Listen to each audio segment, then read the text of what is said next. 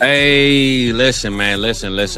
I know it's a random day. It's Friday morning. You ain't used to this. I ain't used to this. But it's a reason why we're here, baby. All right? It's a reason why we're here. Thursday night football went down. The fantasy football playoff round 2, it went crazy.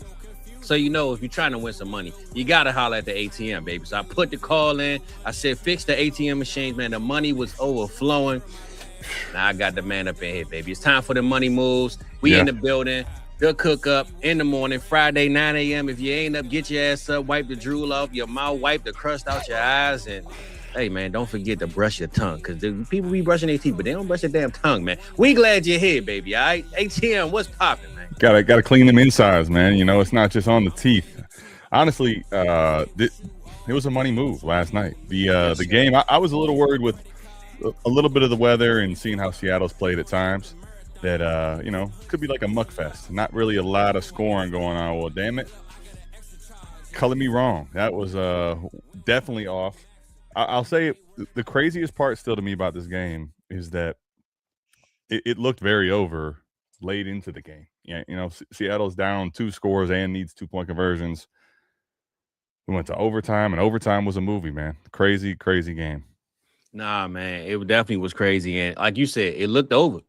I mean, one, it looked over because we just think the Rams are just the better team. You feel me? Like if the Rams were down like Seattle, we would have thought, all right, they got a chance. The Rams were the team that was obviously, I think, people still believe, I think, is probably the better team. But even now, the combo of that plus Darnold seemingly reeling at the end, right? You had Darnold throw 2 picks, and you're like, man, this thing is what we expected.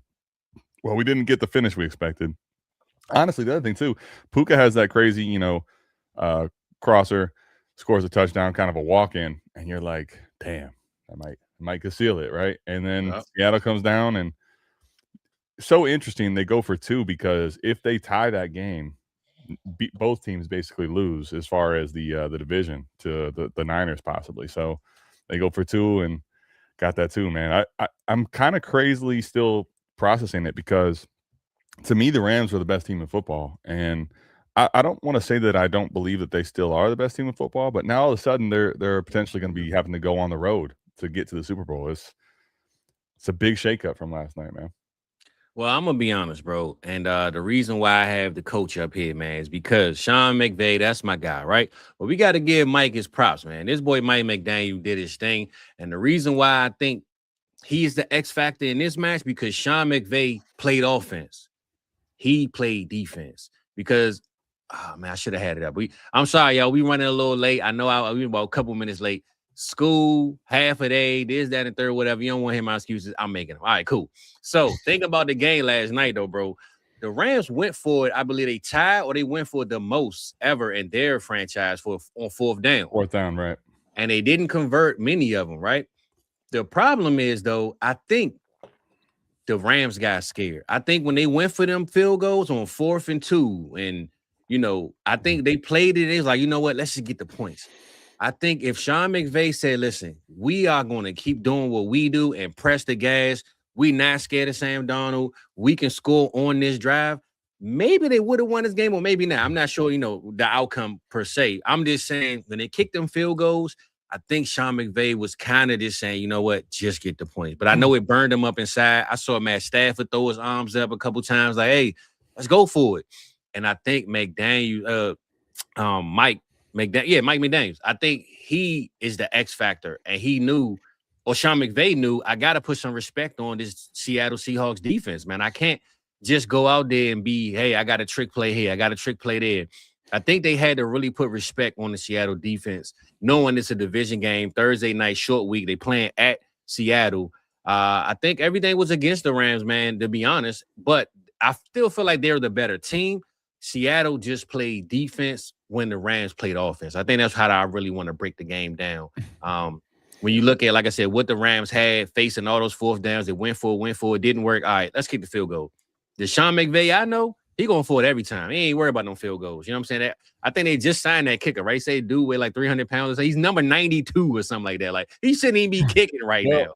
Well, he hadn't missed, and then Yeah. there was actually, to me, I definitely hear what you're saying. I also I want to kind of highlight a few things that game, for it to be as close as it was, right? The amount of crazy shit that happened, and all seemed to go to the Seahawks' favor, right? You had the first touchdown the Rams scored that they ended up not scoring, right? Where the offensive lineman gets pulled by the defensive lineman forward, which ends up making him be an ineligible player. Yeah, that was crazy. Guy came on the set, said, no, that should not have been called. McVay screaming in the headset. McVay also had a very wild week. I think he had a baby, I think, a a couple baby. days Yeah, ago. so you're talking about, low sleep, traveling, short week, all that. Not to make excuses, but, that's already going on. Then they had that start off.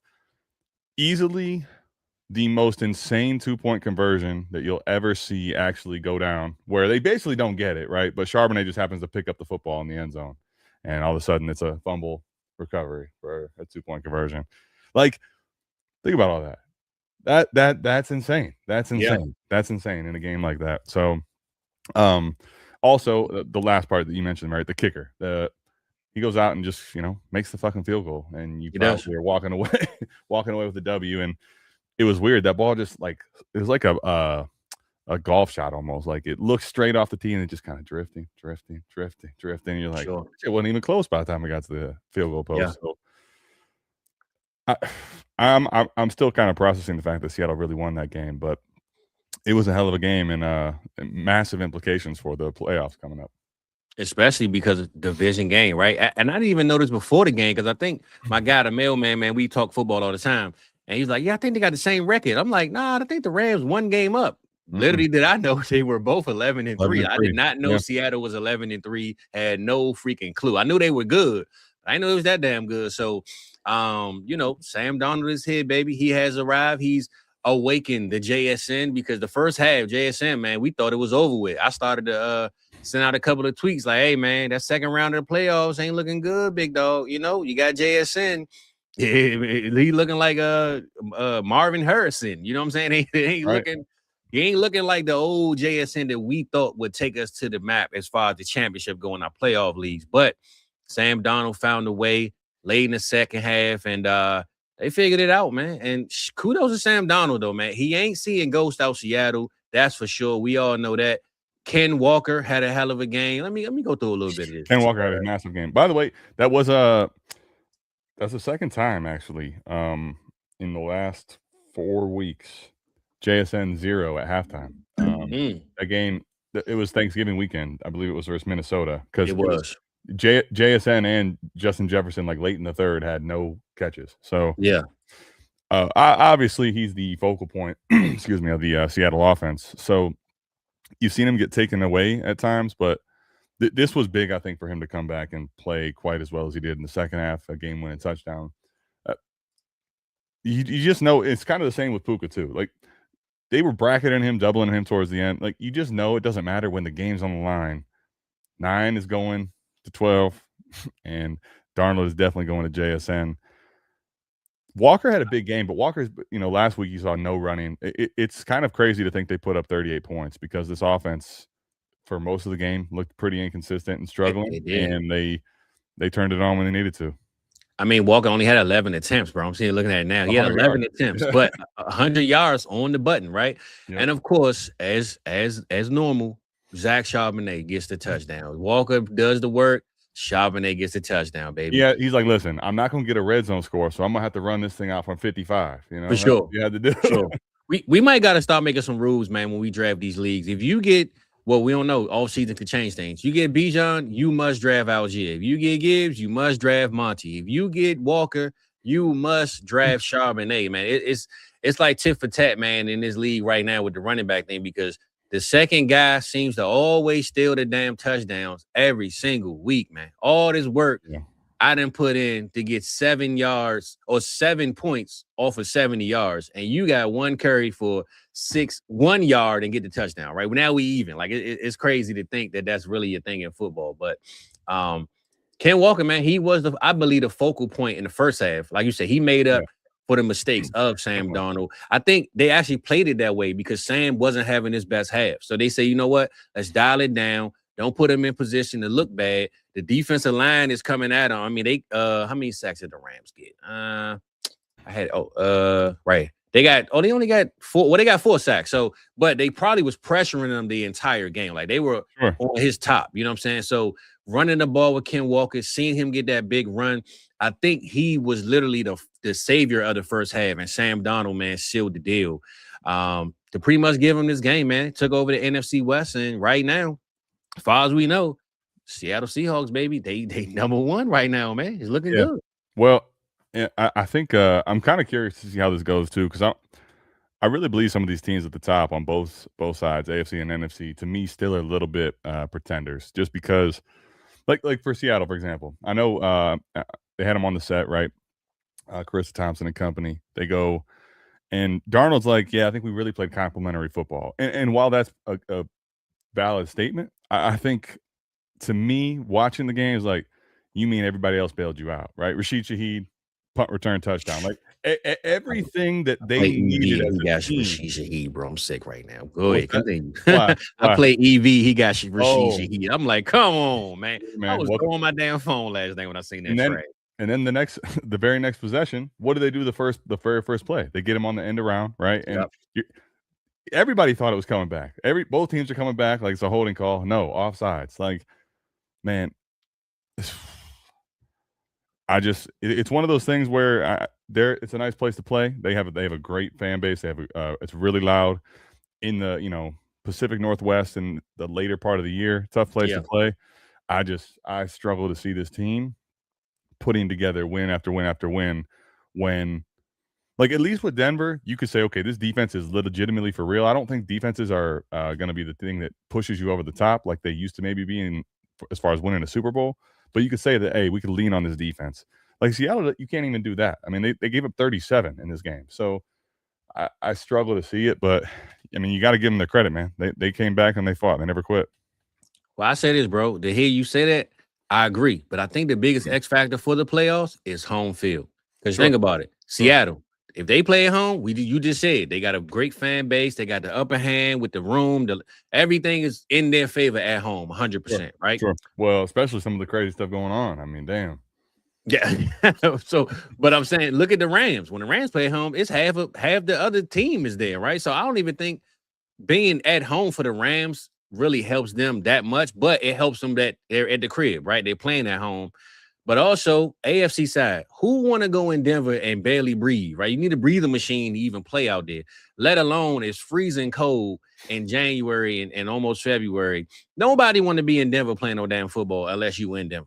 Yeah, I think that's the thing for the Rams. While they don't necessarily have a home field advantage per se from the fans, I think them being out of the elements is the biggest thing. Right? And them being out of the elements is the biggest thing, man. You get Stafford dry. That team is just. We saw it against Philly last year, right? They almost won that game, but a couple fumbles. They're legit in the way that team's run too. I think one of the things that's actually kind of crazy, the storyline got completely missed because of how crazy this game was. I mean, they probably should have won that game. Again, they did not, and they didn't even have Devontae Adams. I mean, that's the other thing. Like, they need to get him. They need to get him healthy. So you get him in the playoff run, because there was a couple times in the red zone where that was just the thing they used to be able to do. With Adams out there, it's like, all right, listen, we're just gonna go little goal line 9 route. Go ahead and hit that fade. I'm just gonna throw it over the top, touchdown. Yeah. Colby Parkinson actually was on a heater, and man, he could not catch fucking anything in that game. That was kind of crazy. He had 3 or 4 drops, bad ones. He got you to your playoff run, week 2. And he didn't help you after that, man. He said your comment is right on time. I know. I was gonna bring it. I was going right on time. I didn't even see that. Yeah, man.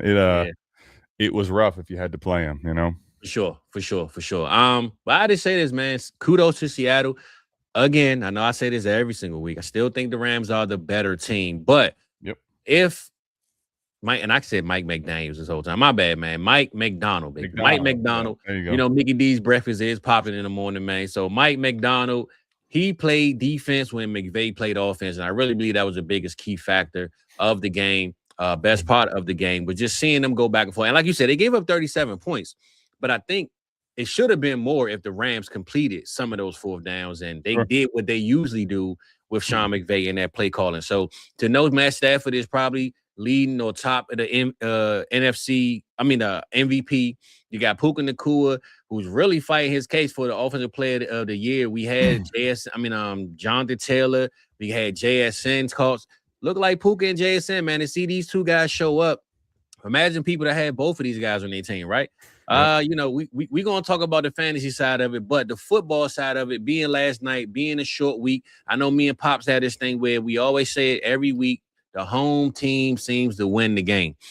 I think other than last week or the Baltimore Ravens week when they played the Bengals at home, they lost, and I believe last week was a Thursday night loss. But outside of that, man, the home team usually wins the games, man. So shout out to the Seattle Seahawks. Shout out to the Rams. We still think that they got a little bit of juice over there. And hey, man, for it to be a Thursday night game, man, on a short week, if you don't have prime, that was prime time football right there. I watched every moment of that. So it wasn't a snoozer like every other Thursday week that we usually see. So it was a heater, bro. It was a heater game, man. Yeah, and I mean, I will say, though, they're up 30-14. So the first play or the first drive in the fourth quarter there, the Rams scored a touchdown, right? Yeah. The defense did get the Rams to go 3 and out, basically 2 drives in a row, which was crazy, right? That kind of gave them the opportunity to come back. So the Rams, while some things didn't go their way, they had every opportunity still to, control their own destiny in that game. They did not find a way to win. And to see that they got the 2-point conversion at the end, Seattle Seahawks, man. I was waiting. I was like, man, what they gonna do? I was waiting for a bad pass or an overthrow, and Sam Darnold held his composure, man, and got that ball where it needed to be. But that's where I'm saying again. So they go. Obviously, you're down. They get the first 2-point conversion, right? Nice and clean. They get the craziest 2-point conversion. Bro, I forgot all about that one. That's what I'm saying. All that shit had to happen. Charbonnet just happens to pick the football up in the end zone. How do you play by him? But I mean, just crazy. You get that, and then they get. So they literally got all their 2-point conversions too. I mean, Seattle had I think like on the margins for error, right?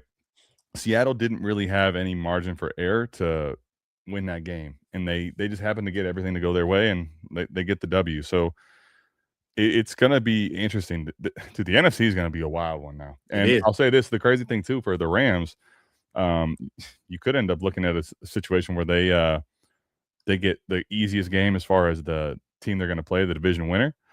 But if the Panthers fuck around and win the division somehow, man, they already took an L to the Panthers once in Carolina. And hey, we got the Panthers and the Bucks this week. Yeah, we'll talk about that in a minute. That's going to be a good game. It looked like the Saints said, look, we don't want even one of y'all to win, so we're going to let y'all figure it out. So the Saints got rid of both of them. My man Jake, hopefully he's selling them tickets, man. Sell some Wolf tickets, brother, because y'all might need them out there, man, if Tampa come out there and do their thing. So it's going to be one of them weeks, man. But ATM, man, Thursday night football off their chain. Did what it's supposed to do. Fantasy implications. I don't know how many of the Puka shares and this and that you got, but hey, man, Puka did his job. He did what I needed him to do because I got him in most of my leagues that I, got a chance to draft him. But last week it was Kyle Pitts for me in a couple of leagues, and this week is Puka, man. So it's looking like 50-point plus games, man, are the new trend in fantasy football playoffs right now. So Matt Stafford, I'll mention before we switch over to the fantasy side, though. Puka right now, receiver 1, of course. Matt Stafford, QB1. Realistically, are they both QB1 and receiver 1 for the rest of the week in fantasy? I think Puka, man, 225 yards, bro. I think Puka's probably he was already going to be in the conversation. The touchdown at the end of the game there for him probably makes it 225 and 2 touchdowns is absolutely absurd. That's crazy work. So, that's crazy work. I mean, I'm in a half PPR league where I have the stack. In a half PPR league, Puka still went for 40 and a half. So I'd say Puka definitely. Stafford's not a lock. I mean, he got 35 and a half in this league here. You get a little bit extra for he had 400 plus yards though, bro. The man was throwing darts. Sure. No rushing yards, but I mean that's exactly why I say it's probably not guaranteed. Is there's You got Josh Allen still alive. You got players that can put up maybe not quite as much passing, but go for 50 yards on the ground, and it ends up being a better day for them. So I think Stafford's going to be a locked-in top 2 or 3, but not a lock for sure for number 1. I think Puka definitely will be. If someone goes past Puka, I'd be shocked because I believe that's going to be the best receiver week of the year, not just for this week. Good call. I like that. Well, we're going to have plenty of time in the offseason to break it down. We saw Amon-Ra go off last week. He's like, listen, man, we got to put some – I'm playing against this, and I got everybody has to know, man, it's me, all right? That's true. Well, we're going to break down JSN game. We're going to break down Puka. We're going to break down Stafford. We're going to break down a couple of these week 16 matchups. We might emphasize a little bit of this fantasy football because that's we know y'all love to see. I ain't going to lie. I didn't plan on being in here at 9. Damn school system said your kids got to go home early, baby. So I ain't going to be here all day, but I'm going to be here for right now, man. We here for a good time, not a long time. And ATM, man, I think it's time to get it started, big dog. Let's get it. My man, let's get it popping, baby. Welcome to the Cookup Friday morning. Let's get it popping.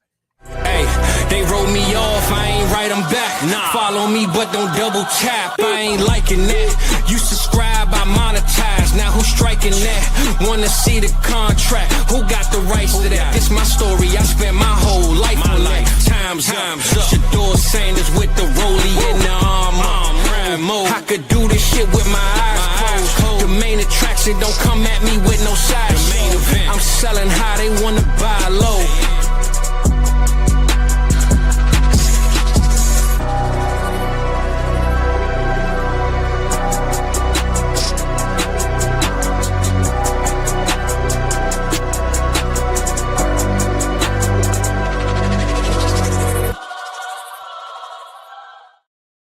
Ooh, just like that, we back, baby. Hey, I ain't gonna lie, man. I had to break that Cooper Cup out on him early, ATM. You feel me? I like the reigning Triple Crown King, and I will say his counterpart, his what you want to call it? Not his counterpart, his ex counterpart. Yeah, his young Daniel son, in a sense. Puka Nacua has taken over that spot, man, and they reached the Super Bowl. I'm telling you this, I'm putting money on Puka winning the MVP, man. I gotta do it, man. So, dang. For the Super Bowl. If they go to the Super Bowl, I was like, keep that money, man. They don't let anybody but get the MVP. I know, but I Super Bowl time definitely could be him. Super Bowl time, I got to do it, man. But they got to get there, though. That's true, too. That's what we waiting on. So neither here nor there, though, man. You know what we got to do. We got to holler at these good old people, man, because without them, we wouldn't be here. I damn sure wouldn't be here. I ain't going to be talking to you online for nothing, my brother. All right, so let's get McDonald's up off the screen, baby. That was a pun right there on purpose, baby. What's good? What's popping, man? Let's get it started. We got my boy Big E in the building. What's good, Playboy? D-Walk is here, man. Hey, I'm just saying, man, you got to play Puka everywhere, big man. That's what I try to tell the people. They don't want to listen to me, man. Shout out John Walt in the building. What's good? My boy Jake here on the preview, man. What's good with your big dog? And I like this comment right here, too, though, Jake. He said the Ravens made a mistake not promoting McDonald. Should have replaced him with Harbaugh. That's a good call right there, man. I mean, you know the Ravens are loyal to the soil, baby. They just paid Mark Andrews $40 million, which they shouldn't have done. So if you got a job there, you will retire there. That's pretty much how they rock with you over there. For sure. Pops, what up? What's popping? What's good, man? Chris was up in here. He said, Cody Parkinson. We didn't drink the Cody juice. That's for sure. Who else we got up in here? Patty Mills up in here. And hey, man, we appreciate everybody that come through, man. Hopefully, when you sprinkle in, man, you remind the people, don't forget to like, subscribe, and comment on that thing. But hit the button. It is Friday morning Cookup, baby. I don't know if y'all know, but we do cook on Fridays, too. We don't just cook on Tuesdays. Now, everybody got to eat. You feel me? So, ATM, man, let's talk a little bit of fantasy, though, brother. We talking a little bit of fantasy because – one, why not, right? That's what the people want to hear. For sure. I'm seamlessly. I told him I was going to do this seamlessly, and it damn sure didn't work out the way I wanted. So let's get it popping, baby. Where we at with it? JSN first, my brother. Boom. All right, hold on. Now, as I do that, I wanted to get my swoosh game on, but it didn't work, bro. So let's do it. All right, now we ready, JSN? You good to go? Yeah, ready. Let's get it popping, baby. JSN in the building. Hell of a game, man. That's the way you start off fantasy football. Of course, all year he's been the pretty much breakout receiver of the year. I know Puka had his time. He got hurt. but consistently every single week, it's been this dude, Jackson Smith and Jigba from Ohio State, out there with ATM at, man. You let us know about your boy, man, because you know a little bit more about him, knowing that you live a little bit around the corner from where he was cooking at as a youngster, man.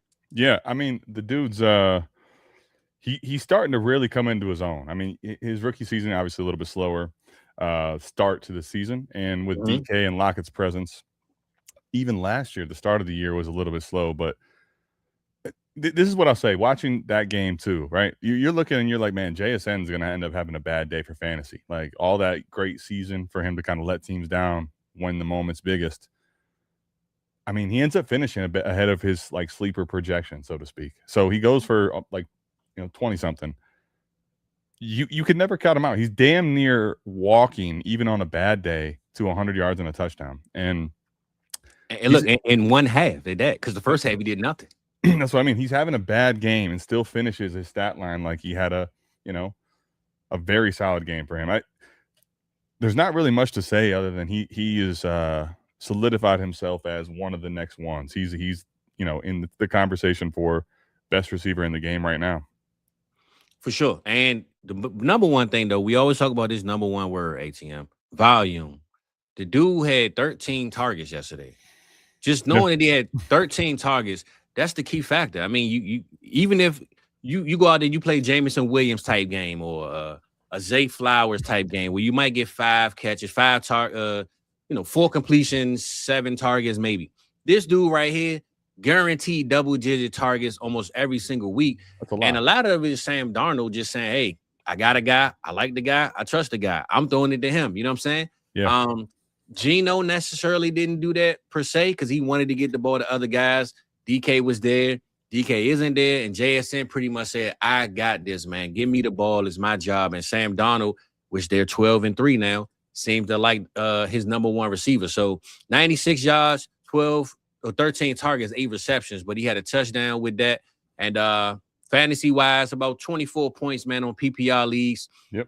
Looking at where you had him at coming into the week and looking at where he is today, was he your receiver 1 or 2 coming in?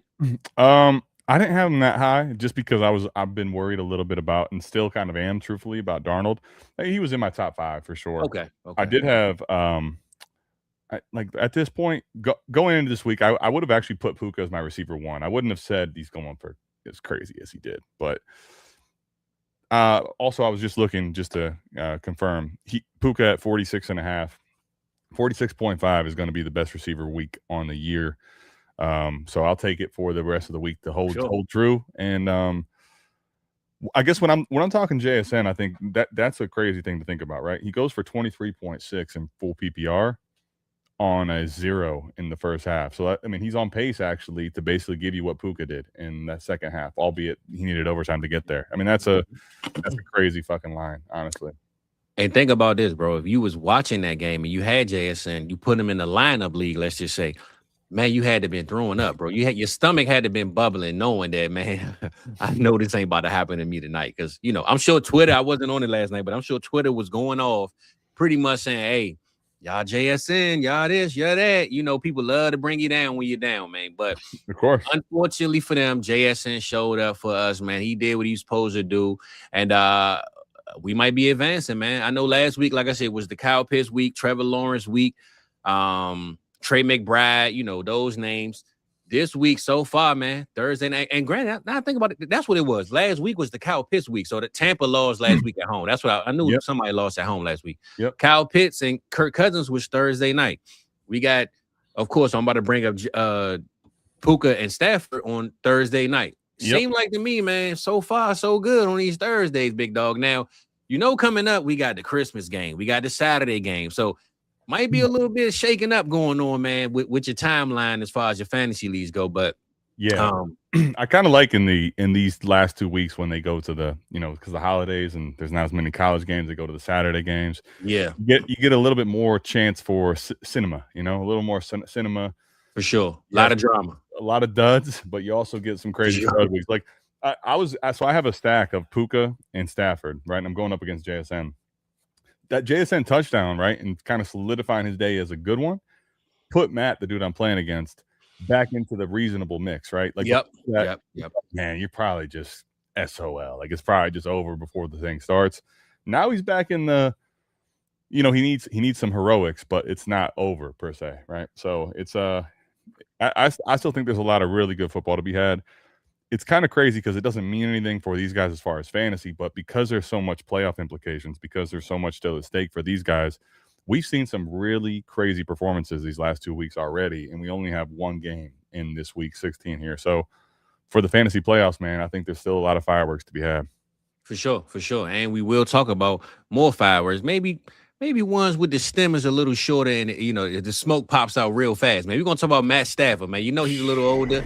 9 is holding it down, though, baby. 9 is holding it down out there. MVP status. The guy went out there this week, man, and dropped 457 yards, 3 touchdowns, man. So, say what you want about him, man. When he locked in, he locked in. And the Seattle defense was shutting quarterbacks down all year, dominating on the defensive side. But it's knowing Matt Stafford came through for us. And not only did he come through for us, but, of course, we're going to talk about this guy, Puka.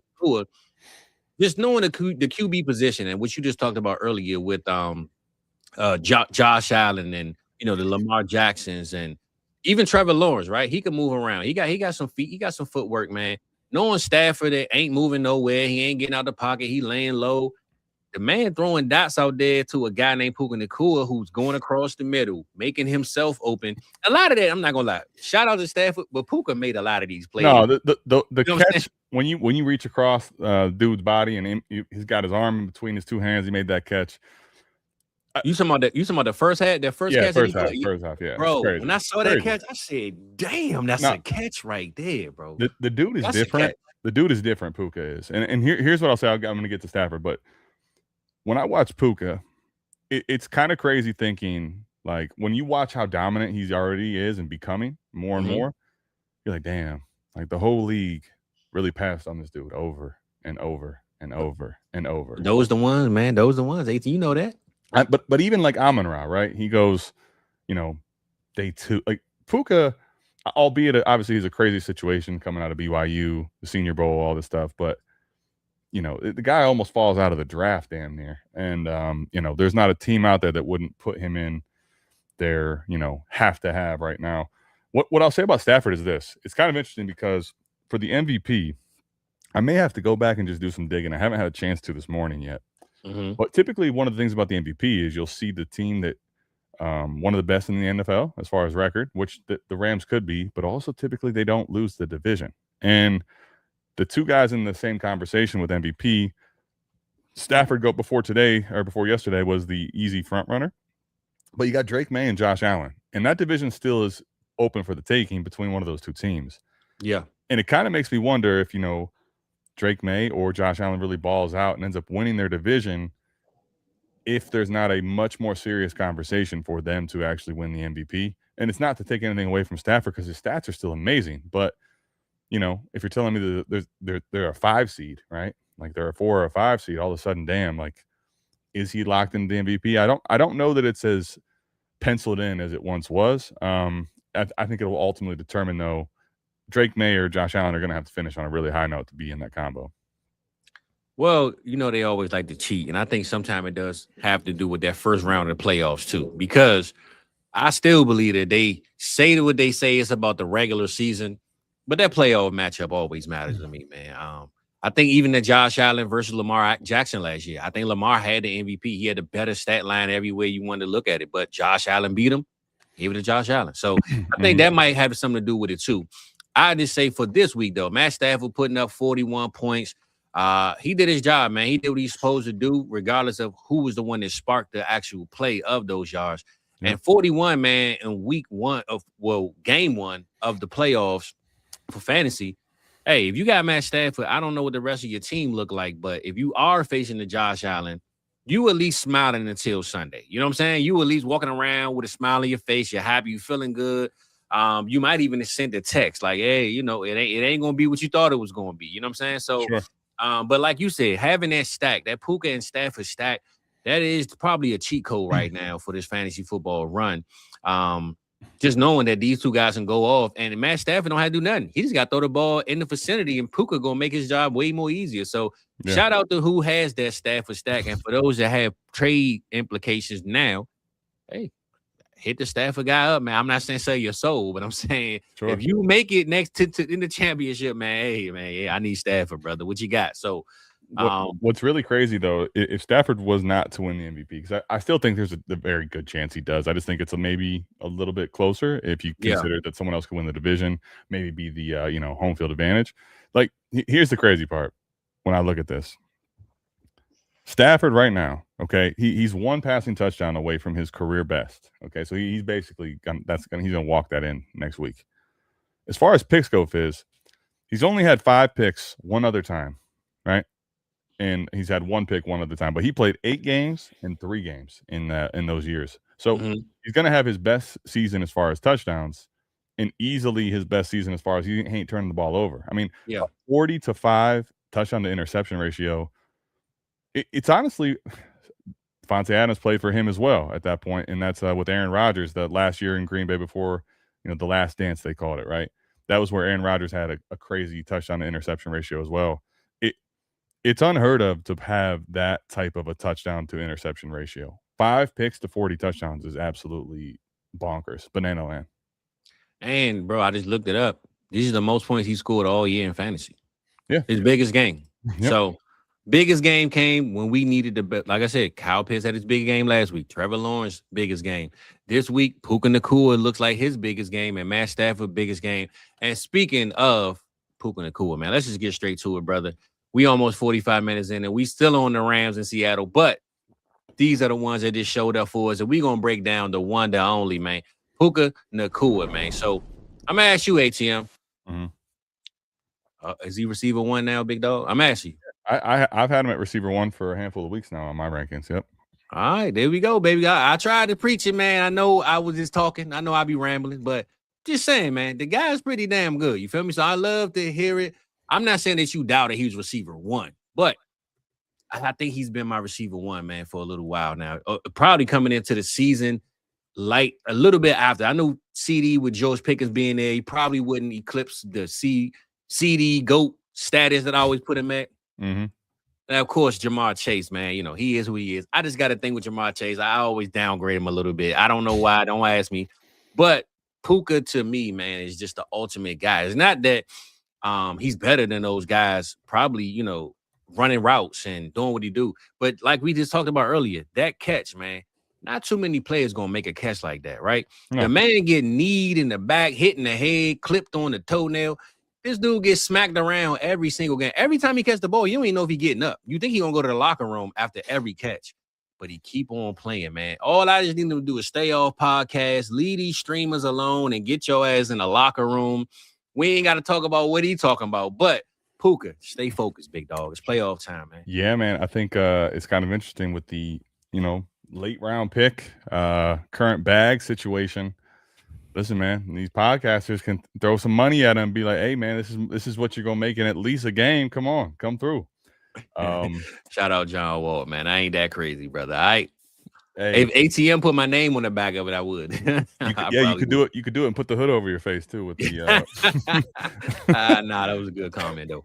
But now Puka, man, Puka had a hell of a day, man. He came through for us. He did what he was supposed to do.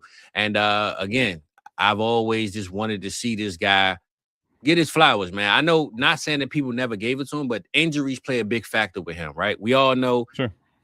Every week or every year, let's just say, he's missing at least 3 to 4 games, sometimes 6, because of how he plays. He don't sit down.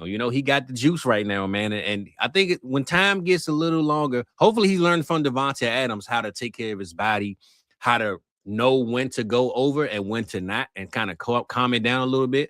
I know they're 2 different kind of receivers, but hopefully the old guy's giving him some pointers on how to live longevity in this game called football. But this week, his biggest game, 51.5 points, 16 targets, 12 catches, 225 yards, and 2 touchdowns. And you said that was the biggest game of the year so far? Yep. 46.5 will be the top leading receiver game of the year. So now I think Pitts was honestly right in that same combo last week. So I'm not sure if it's going to beat all positions, but well, Pitts, man, he a lot of those tight end premium leagues kind of boost that sure. up too. So yeah, in like full PPR though, I think he was right around the same as like 45, 46. Okay. So Puka might have him, but it's close. I think the thing about Puka is not to take anything away from him because he's been electric all year, and he did miss a game, right? So I think the other thing is that part of the reason I wouldn't have put him in the number one overall conversation and why he's there now is just you look at a team like this that's firing on all cylinders. I mean, they're scoring at this point, they've got 457 points for the year, which is, kind of running away from most of the pack. If there's that many points to be scored, right, it's going to make Puka's and Nacua's, floor higher and his ceiling, like we saw last week, the best in football. So, I think if people knew or had an inkling that the Rams could be one of the most high-powered offenses in the NFL in the offseason, I think you might have had a little more buzz. But I don't believe anyone really thought the Rams were going to be as dominant and as good scoring the football as they are right now. Yeah, I mean, not only are they dominant, bro, but they literally finding different guys to catch the ball, right? Devontae Adams didn't play. Right. Oh, no worries. We got other guys. The tight ends, man. Terrence Ferguson, bro, the tight end. I was just about to say the tight ends, man. Who the hell thought these tight ends? Everybody thought Terrence Ferguson was the GOAT coming in, right? Yeah, man, he gonna take over the job. Tyler Higbee washed up, which Tyler Higbee is washed up, but they found 3 or 4 other tight ends every single week to get the ball to. And I don't think it really matters, man. Sean McVay dialing them up. Stafford has the arm for it, and I believe they saw this vision when they traded Jared Goff that this is what we needed. We need a guy that's a gunslinger, throw the ball at anybody at any time, anywhere. And they got what they paid for, man. It was a big, heavy price with that trade, but they got what they paid for. Mind you, look, I was just thinking because you made me go back even further to, a little more nostalgia about the trade with Stafford and all that. But it reminded me how in this offseason, the storyline in the offseason was nothing about the Rams doing well. It was about Stafford might not be able to play. People are freaking out because of the back injury. Oh, I listen. What was Rock always say? The hyperbaric chamber or whatever it's called. Yeah. He got in one of those, right? Yeah, for sure. I remember, bro, this all season. I got the receipts. I told Rock. He kept saying, I don't trust Stafford. I said, bro, this is Matt Stafford saying, he put in the Aaron Rodgers. Look, man, I ain't going to make it to practice, man. My back hurt. I'm not saying his back wasn't bad, but I never had doubts about Matt Stafford playing this season, bro. Sure. I really did. Yeah. I just think he's 40 years old, man. Well, he almost 40. Hey, coach, man. I was about to say, he's only 37. And that's going to get to the point I was going to get to is that I think Stafford's had these back injuries before. Not necessarily. I'm sure it was maybe worse this offseason, right? And he's going to have to deal with that as he's aging. But when you watch him play this year, okay, and there's a lot of talk of, he could, get this Super Bowl, walk off into the sunset. I'm going to be honest with you guys. I don't think he's going anywhere. He's a very high-end competitor. He's tough. Yeah. You saw he took that shot in the ribs, had to go to the medical tent. They showed Jimmy GQ for all of maybe 2 seconds on TV. They never even gave him a snap. I don't believe Stafford's retiring. I think for Stafford has got some more football left in him, man. And I think right now it's really interesting thinking about how good they are when after they won the Super Bowl in 21 versus the Bengals, speaking of Jamar Chase, they look like they might have to go into a rebuild mode. And they really never entered that rebuild mode for long at all. So I don't think Stafford's going anywhere personally. Nah, bro, listen, when you're playing in L.A. with Sean McVay, and who want to leave that situation? If Stafford was in Vegas, oh, yeah, all right, I'm out of here, man. Let me go ahead and retire. I'm gone, man. But and you heard what his wife said on the podcast. Who said, I doubt he wants to just go home and, be at Cuddy Buddy season the whole time, man. He wants to play some football. Let's go. Especially being home with her, man. She going to have a whole list, laundry list of things for my man to do. So, hey, I got practice today, baby. Can't do it, all right? I think that's what he on right now. Shout out my boy Rob in the building, man. What's good with you? What's up, Rob Gronkowski, man? You got my boy Shimmy up in here, man. What's good with you? And my boy Diaz in the building, man. We appreciate you, big dog, for coming through. But yeah, man, it was a good game last night. Puka Nacua solidified, I believe, the 101 right now. I know JSN price went up a lot higher all year. He was the receiver one for a while, and I still think he has that potential. The biggest factor between receiver one to me, with the JSN and Puka talk, honestly though, Adam, is the quarterback. Regardless of what Sam Darnold's doing, we're never going to look at Sam Darnold as this, top tier passer. The way they were glazing them on Thursday Night Football on the stage, man. Whew. Yeah, I know, but that was crazy. I know. I mean, but that was a team effort. That wasn't a Sam Darnold win. You feel me? That was a team I'm effort. with you 100%. I'm just like, man, if you were just born in the last 24 hours and this is all you know, you'd be like, damn, Sam Darnold could be him. Like the way they're glazing this dude. And that's my thing, right? When you think about it, JSN, Sam Darnold, Joe Burrow, Jamar Chase, Joe Burrow, Puka Nacua, Matt Stafford, even CD with Dak. It's hard for me to put JSN over these type of guys coming into 2026, knowing the quarterback situation. And I'm not saying he can't get the receiver one status by the end of the year, but coming into the year, I just don't know if I could put JSN over those guys, man, knowing they've been there already. They have the offense and the QB to lock it in every single week.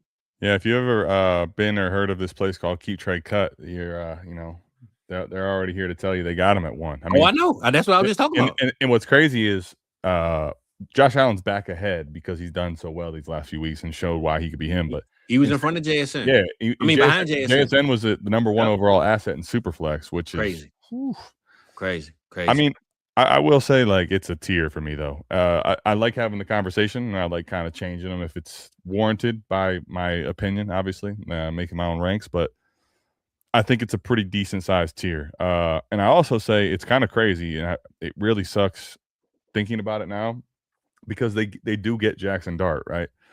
Malik with the injury still sitting here inside the top 10. His value's held on really well, and it just kind of sucks for me because the throne was there for him to potentially get the taking. Look at what he did to the Cowboys. It was there. You know what I'm saying? It was there.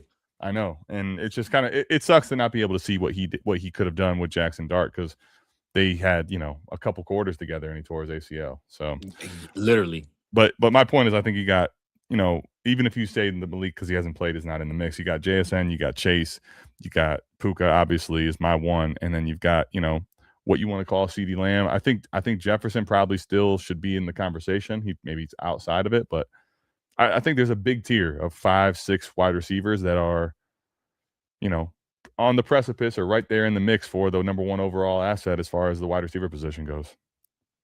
Hey, man, that's what I like to hear, big dog. I like to hear. There we go, baby. Thursday Night Football. That is what it is. ATM, man, I ain't gonna lie to you. Get it. I did a little bit of work last night. A little bit of work. My boy T-Rock can be proud of me, man. I did a little bit of homework last night. I said, you know what? Let me bring something different to the game. Do some research a little bit. You feel me? Do what I do. Oh, man. But cook it up, right? Research on a Friday? Let's get this it. This is a random research, but it's a good one, though. So this is for the people. I would expect nothing less than random research from Vince on a Friday, but I like it. Let's get it. well, random is because it's Tom Brady versus Pat Mahomes, right? Means nothing today, right? Yeah. No Brady, no Mahomes. I think no Manning. First time that we'll have that in the playoffs since, I think, 98. So shout out to Pat Mahomes because we don't want to see the guy go down. And I think he's going to be back for a vengeance when he gets back. But hopefully we'll wait for that moment. Yeah. Today, though, Brady versus Mahomes. I wanted to bring this up, man. I seen this online. I went digging, did a little bit of looking. I said, damn, this is crazy, right? First 9 seasons of their career, ATM. Mm-hmm. Year 1, Brady played 1 game. Year 1, Pat Mahomes played 1 game. Yep. First 9 seasons. First 9 seasons. Tom Brady. Is this a Spider-Man gif here?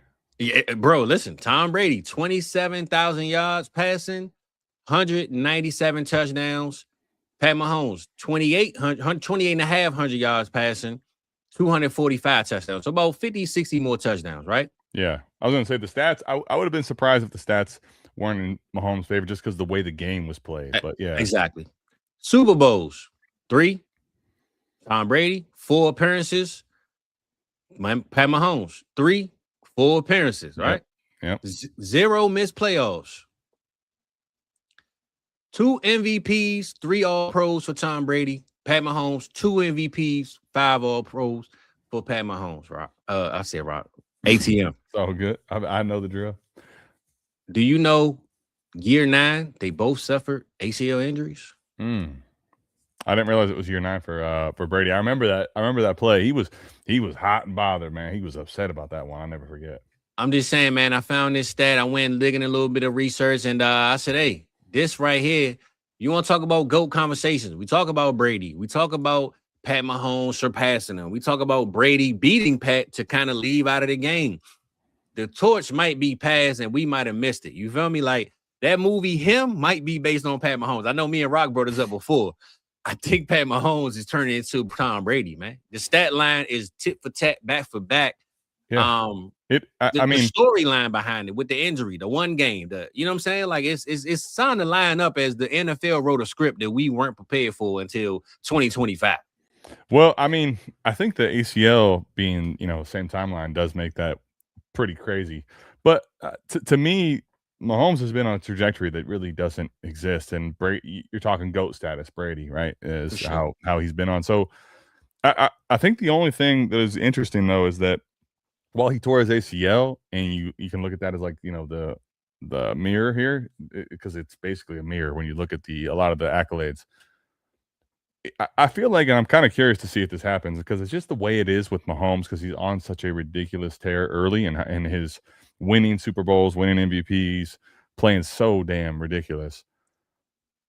I think it's kind of going to overshadow the fact that they were going to miss, though. Like they're going to miss the playoffs, right? And so for sure. I do think that's one thing, at least that I can recall, is like, man, Brady missing the playoffs is just like, that was a 0%er. Like Brady wasn't missing the playoffs. Now, granted, he had a great coach, but what's Andy Reid? Great coach. I mean, well, I say this to Mahomes' defense. Brady didn't have this Denver Broncos, this Chargers team in this division either. You know what I'm saying? Like, well, you know why? Why? Because they couldn't exist. Because fucking Brady was there. Because Brady was going to take up. It's like a Jordan conversation. You want to know why? Because fucking Jordan was taking them boys out. That's true too. I ain't knocking that, and I know I'm not going to say that Josh Allen isn't what maybe Peyton Manning could have been or was to Tom Brady, because that's kind of a tit for tat kind of conversation. But I just think right now, man, I'm not taking up for Mahomes, but Mahomes got a whole arsenal up against him right now that I don't think Brady faced. Now, would Brady have beaten them? I'm not saying he wouldn't. I think Brady would still take out these young dudes today if he was playing in this era. So I'm not taking that away from him. Same Jordan and LeBron conversation, right? Jordan, he only dropped this and that. He didn't score threes because he didn't have to. Right. If Jordan had to play today, he would change his game up. He wouldn't have a bag. Nobody had a bag back then, man. Exactly. Jordan wanted to win by all costs. So everybody say Jordan, he wouldn't beat these athletes. He didn't have to play like these athletes. He would have adjusted his game and got in that lab and did what he had to do to adjust to the times. And I think Brady would have done the same. Right. But living in today's time, I think Tom Brady, playing who he played and playing who Pat is playing, I don't know if he's going to hit that 7 championships like the GOAT man did overall. It's going to be real tough. I'm not saying Brady's run wasn't tough because he beat Mahomes. Sure. But it's going to be real tough, man, I think, for Pat, man, to break out with that Super Bowl run like Brady did. It will be. I also think, as far as long as he is, man, he's only 30, and the type of arm talent he has, I mean, I think he's got at least another 10 years to try to get it done. Sure. So we got a long time to see. Hey, look, we got us. Hopefully, the good football guys hear this, man. Like I said, I think they got the script, man. I think it's written already. We don't know it yet, but I think we got us a good show, man. Yeah. The Mahomes show, it will continue. Episode 9 just ended, and episode 10 is coming up, man. It's loading up. So yeah, he's had he's gonna probably, in my opinion, obviously it's gonna come down to the Super Bowls if he gets them and how close he gets. But if he gets in the neighborhood of Super Bowls near Brady, dude, I mean, the stats, as you talked about, they're already so high. The way the game's trending, his stats are going to be otherworldly when he finishes his career. It's going to be just ridiculous, Sure. But the one stat we all need a Super Bowl ring, baby. That's what we're looking for. So we need. That's Brady. Brady don't give a damn about no stats. He looking with them rings like this. He doing his thing. So ask Dan Marino what he needs. He needs that ring. Yeah, I like that. I like me some Dan, but Dan ain't got no rings, baby. Ray Finkel got a ring over Dan. We know that happened. So I just say this. I looked that up, thought it was a dope stat. But Brady versus Mahomes, year 1 through 9, man, it's very, very similar. ACL tears on the same year. One game played the first year. Stat lines pretty much the same. Championships the same. It looked like a story, man. Looking good. I like the story. I ain't mad at it, man. So, we're going to see what's good with it. But ATM, man, I want to talk about a little bit of this schedule, a little bit of some games. And before we get up out of here, you know, I got to go pick up the kids from school. But let's get into this one, man. Sunday night. Football, baby. Drake May in the building. Hold on. Let me switch this up. This is what I want. I was going to say, this one here is a game I've got penciled in, obviously, because there's a lot of implications. Drake May's been playing really well, but I think when I'm looking at a lot of my teams and I'm looking at people that might be able to beat Matt Stafford, I'll always have Lamar in that conversation. But I think right now it's just going to be Lamar, I think, is an unbelievable quarterback. I think he doesn't get enough credit sometimes for how his game has progressed as a passer. But I think what we're seeing in particular is he's never – I don't think he'll ever be a strictly pocket passer, right? It's just – and when he's not as dynamic running the football, you know, it takes a lot of the element of surprise and what you have to look for as a defense. He's getting more healthy, though, week by week, you would imagine, at least. And I'm never going to be surprised if the dude goes out there and is moving correctly, right? Moving closer to his 100%. If all of a sudden it's like, damn, dude just went for 40. Like, he's that type of guy. So I think this is a game where at home with their, you know, playoff lives are kind of at stake here. I think there's a lot to play for Baltimore. So I'm really curious to see how this one goes. Big time game. Well, I'm going to be honest, bro. I think the same you can say about the Patriots. They just lost to the Bills. They can't afford to lose this game either. They got to win this game, right? Of course not. They playing in Baltimore, but I think they have to win this game because you just lost to Josh Allen.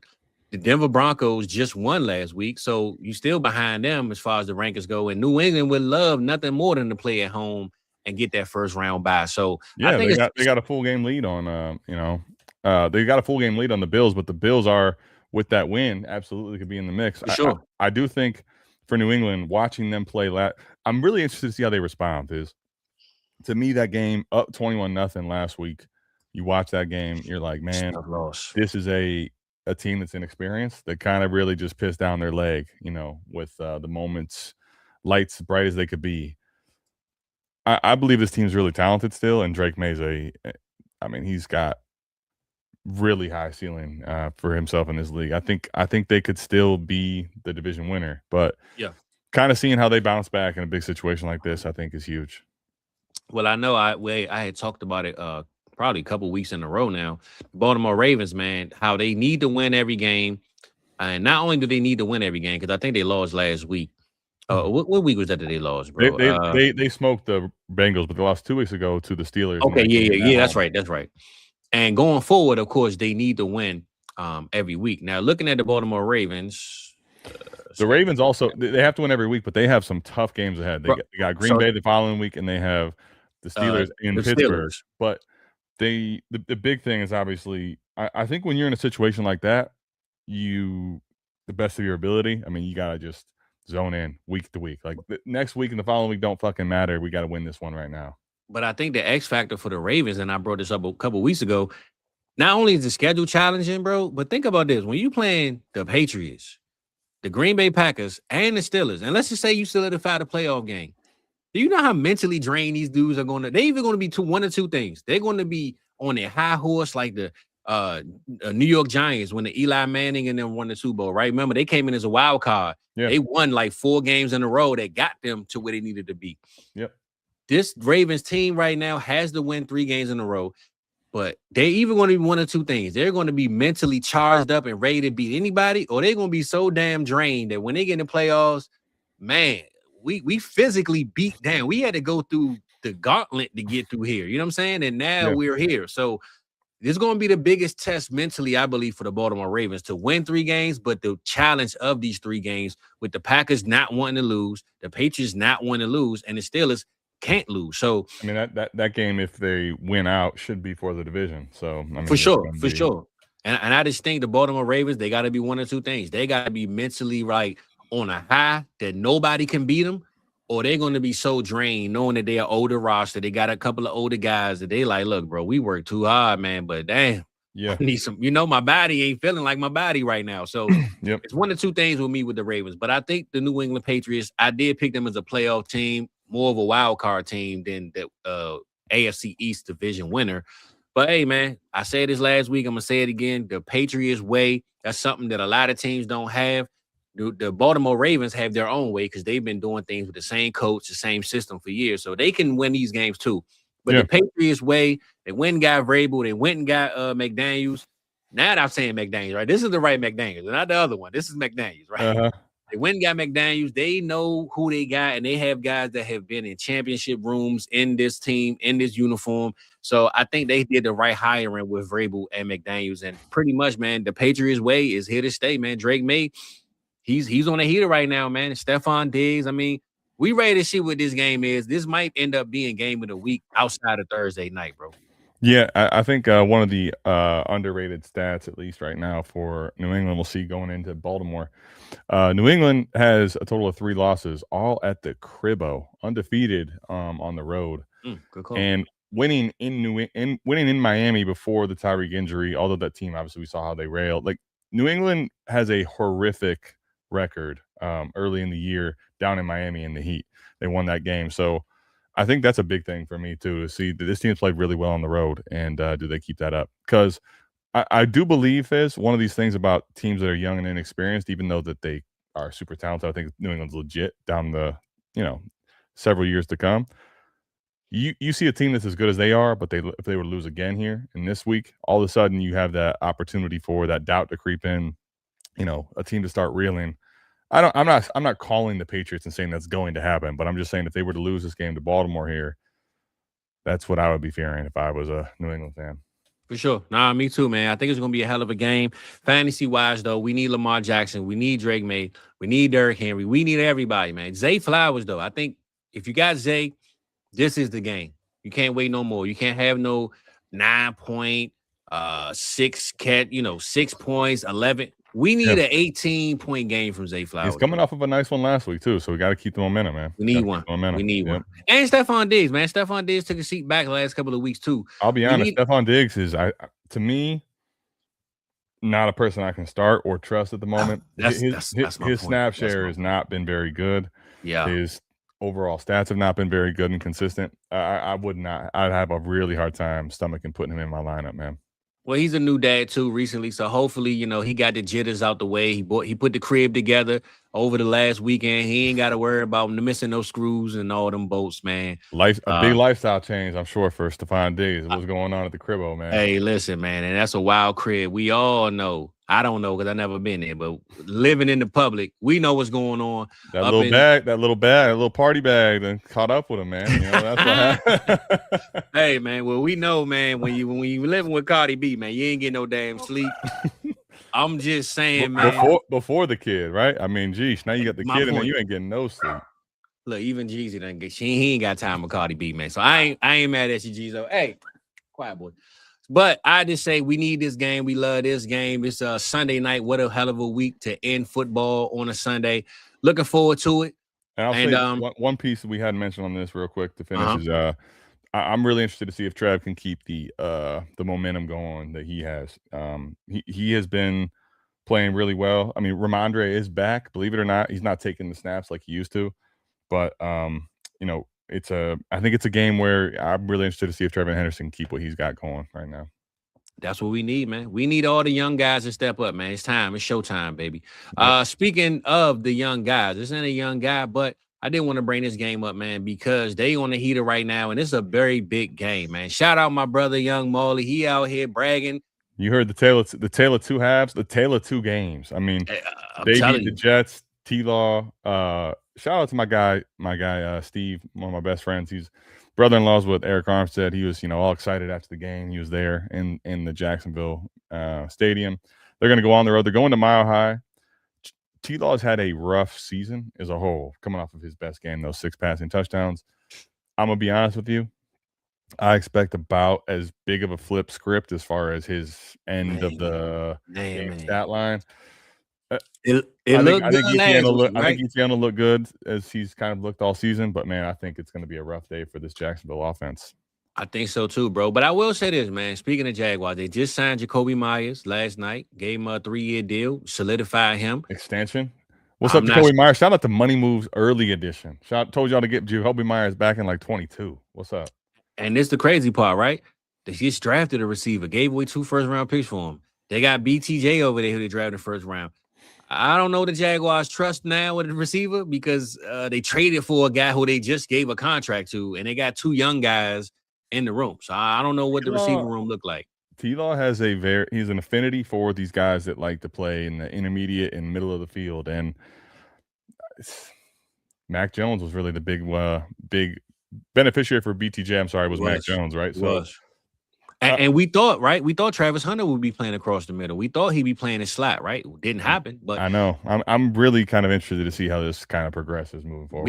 Me too. Seeing it though, breaking news.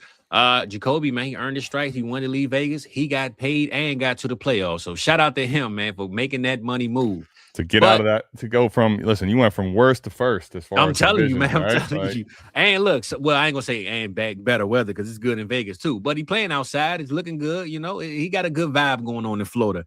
Yep. I just say this, man. I'm with you though. I think the script will be flipped. I had to do a double take too. Press pause and rewind that. All right. Press play. Punch me in, man. I'm in the studio. Punch me in. But Trevor Lawrence, though, man, he broke out last week, man. Gave us 60-plus points in fantasy. Gave us the game we didn't know we needed. Shout out to me because I played. I don't know if you saw this, brother, but Nick Nutter got a nice nut from G-Law, bro. I heard. I played Mike, man, and listen, when I tell you, I felt bad for him because I told him I wasn't even bragging about this, right? I had Kyle Pitts. I had Trevor Lawrence. But, bro, do you know I beat this man? I scored 312 and he had 302.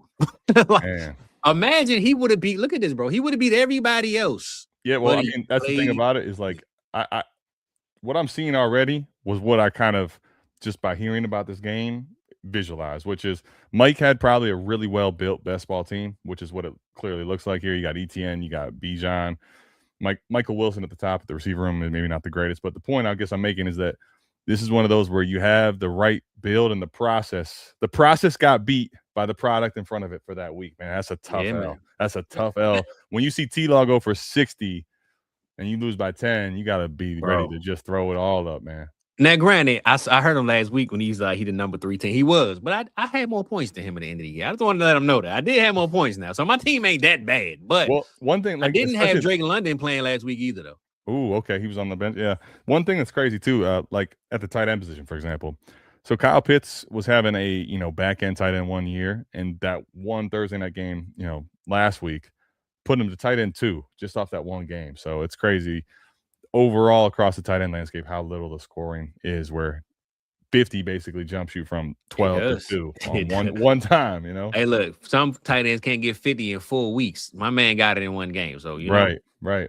That's what takes it. But I just say that to say Trevor Lawrence, man, it will be a lopsided match. I believe I need Trevor Lawrence in the playoffs again to save my life. I don't think it's going to happen. So we'll see, man. But I just say this. If the Jaguars compete and they pull a Seattle Seahawks-like game from last night, this team is for real. And we got to put a little bit more respect on the Jaguars going into the playoffs. I do think it's definitely in the range of outcomes. And I'll say this is the thing, though. I think the way that game went was not how Seattle would have liked it to go, and then they had to go score a bunch of points late. I think in this game, the Jaguars' defense is really good, actually, still. It's not Denver's, but I could see this one being much more in the muck. Like, they're going tit for tat on the defensive side of the ball, stop after stop, and it's a low-scoring game, and it's about who's going to score at the end. So I'm curious to see how it goes. I really am, because Denver's defense is legit. I am so not bought into this Broncos offense. It is so inconsistent and that's so at times the game so if bad. they lose. Yeah, for sure. Yeah. If they lose, it's not going to be because I don't want to say this, but I don't think it's going to be because the Jaguars dominated on offense. I think it's because the Denver Broncos did nothing on offense, and for sure it balanced out that way. So, implications though, we need Trevor Lawrence, we need Jacoby, we need Travis Etienne, man. He's been on the heater as well. We need him. And RJ Harvey, we need all those guys, man. We need the big names. Yep. We need some damn fantasy points, baby. So, ATM, man, I got 20 minutes and I got to get the damn kids from school. We got 2 more games, baby. Let's get it popping. We got this game. This one of them ones right here because NFC, we just talked about it. The Rams, talked about Seattle, talked about, how this NFC is pretty much shaking. I still don't see how the Cowboys, being a fan, how we thought we had a chance with all these records in the NFC right now, bro. Everybody got like 10 wins over there. That's how. I told you he's a dope dealer. So a hope dealer, not a dope dealer, man. But having 10 wins and everybody has 10 wins, like, you know what I'm saying? The San Francisco 49ers got like 10 wins. So it's pretty tough, man, right now. This game is tomorrow for those we're talking about games tomorrow. This is the tomorrow night game. I think one of the things to me as well with this one, Fizz, just real quick, is that whether you're in Green Bay or Chicago, this one's in Chicago. Okay. You play in the NFC West, man. It's interesting with how Detroit's indoors, but then you look at, man, so is Minnesota, right? But Chicago and Green Bay, you got the weather of Nobody weather. want to play there, man. It is crummy. It is cold, and we're going to see, man. We're going to see. Ben Johnson, I think I don't even think he's got enough credit for how great of a job he's done, frankly. But this team has got it done in a multitude of ways. Sometimes it's on the ground. Sometimes they have to get it done through the air. Through the air, it's been hella inconsistent. And sometimes it has to get done by the defensive side of the ball. So this team's a little inconsistent. But, man, on all three of those levels, that when they're at their best, they can play really well. Rome Odunze's still out with this stress fracture. I'm kind of curious to see as we go back and after the season's over, if they talk about when the stress fracture actually took place. I know he's been dealing with this foot injury for quite some time. He re-aggravated it during the game. Almost. He was about to play. Yep. Dude, that one, as far as fantasy goes, still the craziest one I've ever seen. 5 minutes before the game was the first notification from Rappaport. 12:55, hey, he's actually not going to play. Like, I watch him get locked into people's lineups in lineup leagues like crazy. Burden is out also. I'm very curious to see how it goes moving forward, because DJ Moore it's seeming like just become, when he has his big games, it's through touchdowns and through kind of crazy plays. He's not the focal point of the offense, and I'm curious to see how this goes moving forward. But this game should be a really good one. Green Bay losing Micah Parsons also last week with the ACL injury, man. It's people are getting banged up all over the place, man. Well, another random stat, AT. I don't know if you knew this. Do you know this is DJ Moore's first winning season since high school? Yeah, I heard that. Yeah, I heard that on what was it? The one of these after broadcasts.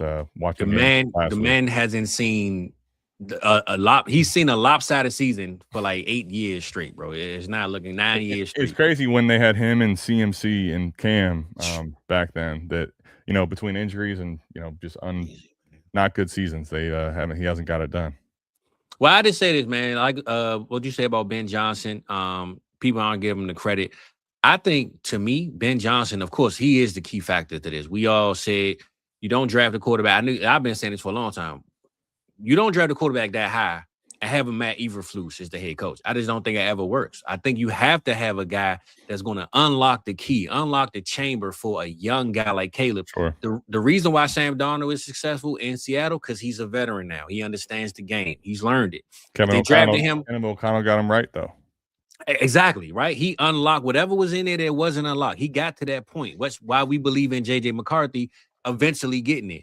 Mm-hmm. Caleb Williams, to me, though, I still don't think he's there where he need to be, though, ATM. And I think Ben Johnson has shown him, look, I got everything, the run game right. I got the receivers in position. Even when Rome ain't playing, even when Burton ain't playing, I'm putting everything in order for you to look where you need to be. I think it's going to take a game like this or a first playoff win to make Caleb really lock in and say, damn, I'm really him. Like, I'm really that dude. I think Caleb is missing that one game because he's been floating by, man. He had a couple of weeks where he had 170 yards and a win. He's been scraping by with good defense and good run game. Mm-hmm. Caleb needs to play a game against the Green Bay Packers or a playoff team in the playoffs, let's just say, where he drops 350, 3 touchdowns, and he wins the game. Because when he unlocked that confidence, I think is over with, man. I think the Bears are really going to take over and take off in the NFC. I just think Ben Johnson is putting him in position and saying, hey, now I need you to take this wheel. I gave you everything you need. So once we get that Caleb Williams game of 303 touchdowns against a playoff contending team in December, January, like the Green Bay Packers, I think we're going to have a dangerous team in Chicago going forward, man. But Caleb need that big game, though. Yeah, I mean, he's actually still not throwing for 300 this year. He's had some upper twos. I mean, I think with Caleb, it's one I of like these this things. call, DR. Like that call. Yeah, I mean, I think the big thing here with Caleb to me still is that sometimes, and the ones that are highly touted, really talented, they try to do a little bit too much when the play doesn't really have much there, right? They try to extend the play. And I think with it, when you watch him, he still has that backyard football heroics trying to make a play when it's not Pat there. Mahomes. You want to be Pat Mahomes? Yeah, I mean, and I think you saw Burrow early in his career have the same problem. I think it's something that takes a long time for guys who have that type of ability naturally and aren't used to having to say, hey, let's just let this play go. Let's get to the next down, right? Let's live to fight for another down, whether it's taking a dumb sack, whether it's putting the ball in harm's way, those type of things. I think you still have some time and some growing pains for him to get closer to that best version of himself when he's picking and choosing when to try to make a crazy play, because he has made some really great throws. He's had some really good moments, but I do think with a player like him, the inconsistencies are still going to be there. Why they're probably not a true, Super Bowl contender this year.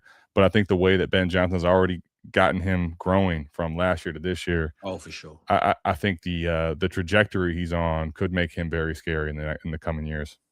For sure, man. And I think this week is gonna be one of them weeks, man. I did have one more game, but we don't need to talk about it because it doesn't really matter. But I just pop it up on the screen for fantasy implications. I know. I wonder why you want to talk about this one, huh? People love trolling the Cowboys, so I'm gonna bring it up anyway, right?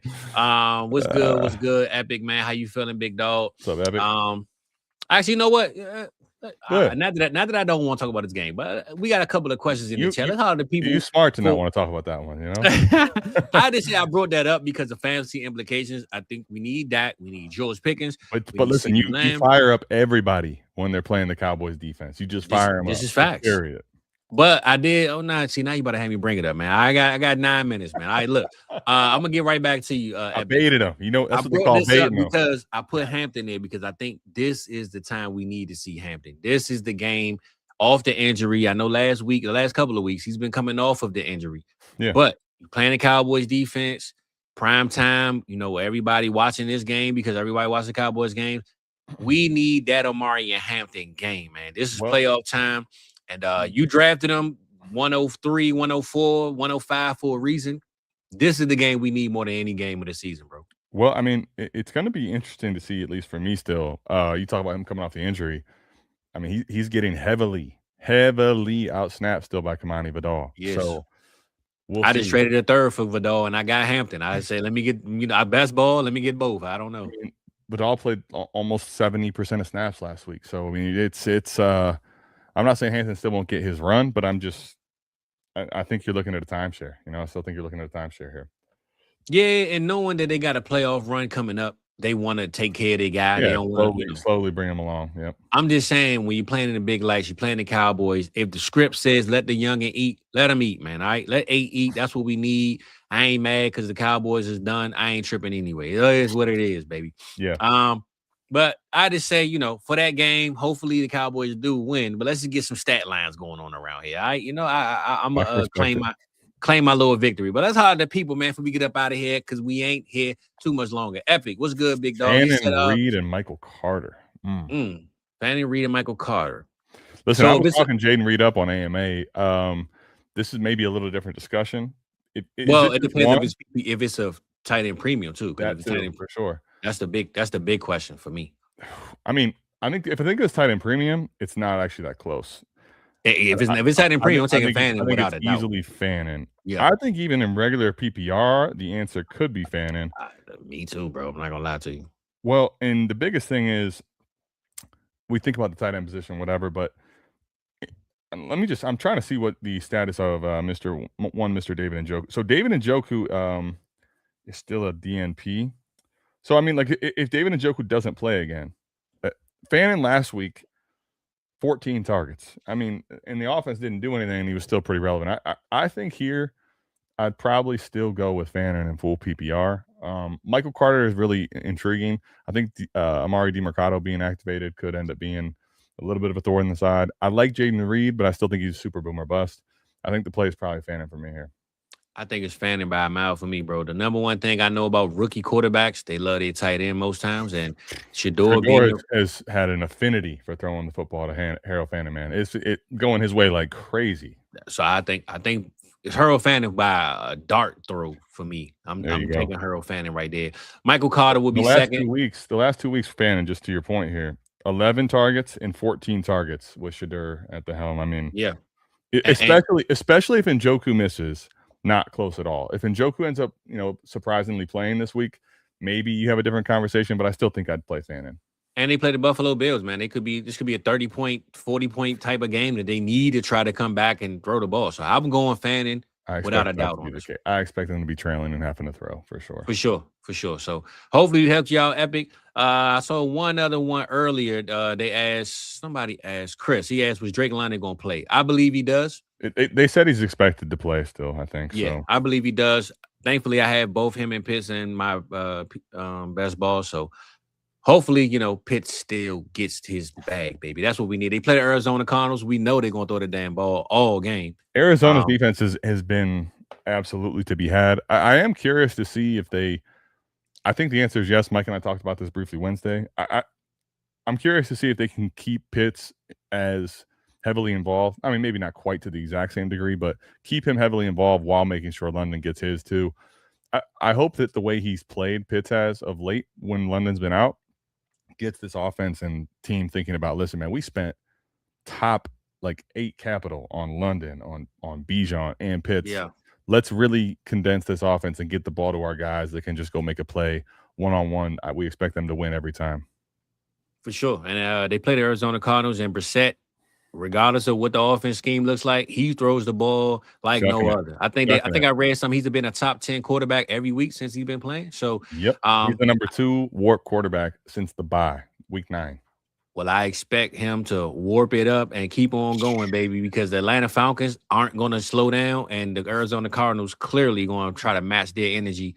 And it could be a shootout game, man, which we need for our fantasy teams, baby. So line it up, set it up. Michael Carter might be second on that list, but Harold Fanning is number 1. Hopefully, man, we helped everybody out. ATM, man, it's been a good morning, man. Friday, you made it happen for your boy. I said 10 a.m. was the time, but then I got a notification. Kids get a half a day. Oh, damn. Hey, thanks man, a lot. Sometimes we got to go earlier. I just had to move the window to Central Time. That's all, Exactly. Yeah. So I got to go. Thankfully, my son will go to school 2 minutes up the street and then go get him and get this out of the way, him and my niece. So we appreciate y'all being here, but I can't leave without a word of wisdom, man. This was on my mind this morning, so I did want to holler at the people, right? I just say, because I've been off work for about 2 weeks now. The one thing I'm noticing, because I wanted to do this show, I wanted to do more content while I was home. A lot of us get in the mindset of the 9 to 5. After we get off work, we get our off day. Oh, man, I'm going to take a break. I got a break from work. I'll just say my word of wisdom, don't have your job select your off day. Your job is just your job. Don't get me wrong. It pays your bills. It does what it's supposed to do. But just because your job said today is your off day, don't mean you got to take that day off. That's your time to lock into you. You do work on yourself. Don't just take time off because I'm off work. Now I don't have to do nothing for 2 days. No, you got to do something. Take care of yourself. Get yourself locked in. Spend time doing what you want to do for you so that maybe you don't have to do that job. Maybe you create your own schedule. So I just wanted to bring that up because I think we get into this mind state where we got 2 off days. We look forward to them. And then we say on our 2 off days, I ain't doing nothing. It's funny because one of my things to sign off was going to be listening. Marshall Falk, speaking of football, right, gave a nice little motivational speech and quote that I like a lot from his, which I kind of try to apply to myself too, is that how you do one thing, you do everything, right? And so if you, every time that you have an off day, so to speak, you just really, send it in, throw in the towel, you're basically on your own, right? In that scenario, you'd be doing everything just, I'm chilling, right? So you're not really putting any time back into improving yourself or thinking about, how you're bettering yourself or your situation in any capacity. I'm not saying you can't do that, but just remember how you do one thing is how you do everything. So for me, trying to, think about improving and doing a little more with a little bit of time that I have, That's it, man. Like I like that line. How you do one thing, do it for everything. And if you gonna grind at work, be the employee of the month. Be the employee of yourself. You feel me? Be the Right. employee of the month for yourself when you get off, because those 2 days are for rest, but they're not just a rest for your next shift. They the rest for what you want to do for yourself. So just remember, put you first, baby. That's how we gonna end it. That's how we gonna close it. The kitchen is closed. Dishwashing time. Yeah. Early breakfast, man. I hope you got here for breakfast because That's it. That's it, man. That's it. Kitchen closed till another day.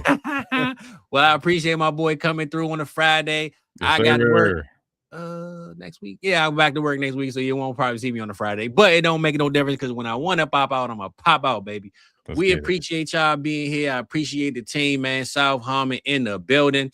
And I don't know if y'all caught this, but we switched that gear earlier, baby. You feel me? You might got to rewind the tape on that one. Fizz had us going so early. I'm like, look, we got to at least put the business attire on, man, because there's business in the building, you know? For sure. We standing on business, baby. We appreciate y'all. Week 16 fantasy football playoffs.